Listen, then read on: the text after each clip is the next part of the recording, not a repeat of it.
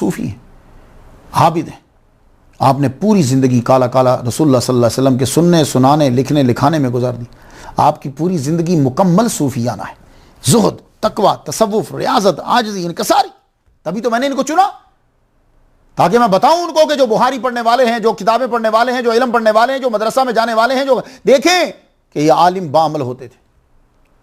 अब जरा सुनिए इमाम बुखारी के बारे में क्या ख्याल होगा, जरा आंखें बंद करके सोचिए तो सही। इमाम मुस्लिम जैसा आदमी अगर उनके पाँव चूमने की ख्वाहिश का इजहार कर रहा है तो बुखारा में आलम क्या होगा।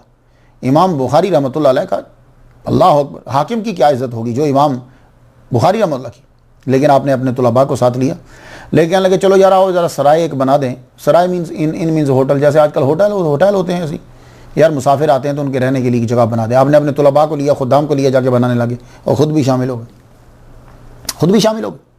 खुद ईंटें लगा रहे हैं, खुद काम कर रहे हैं। शागिर्द आगे बढ़ के कहने का हुजूर मुझे दीजिए, मैं गारा लगाऊं, मैं ईंटें लगाऊं, मैं पत्थर लगाऊं। फरमान लगे नहीं, ये तकलीफ मुझे नफ़ा बख्शेगी क़यामत के दिन।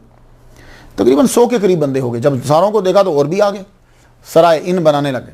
बना रहे हैं तो आपने एक गाय का हुक्म दिया कि गाय को ज़िबा किया जाए। 35 किलोग्राम जो है वो आटा मंगवाया गया, रोटियां पकी उसकी।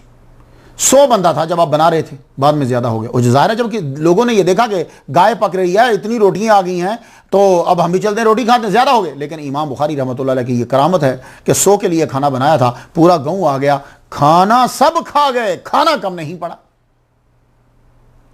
यह है एक सूफी का अमल, दूसरों का ख्याल रखना। यह तसव्वुफ का अहम सबक है। सूफी जो होता है वो दूसरों का ख्याल रखता है, वो किसी की ज़मीनों पे कब्जा नहीं करता, वो किसी को दुख नहीं देता, वो खुद भूखा रहता है, खानकाह में रोटी दूसरों को खिलाता है। तो दूसरों का ख्याल रखना ये तसव्वुफ का, तो ये चीज़ हम इमाम बुखारी रहमतुल्लाह अलैह में देखते हैं। हदीस के लिए मुख्तलिफ ममालिक का आप दौरा करते हैं।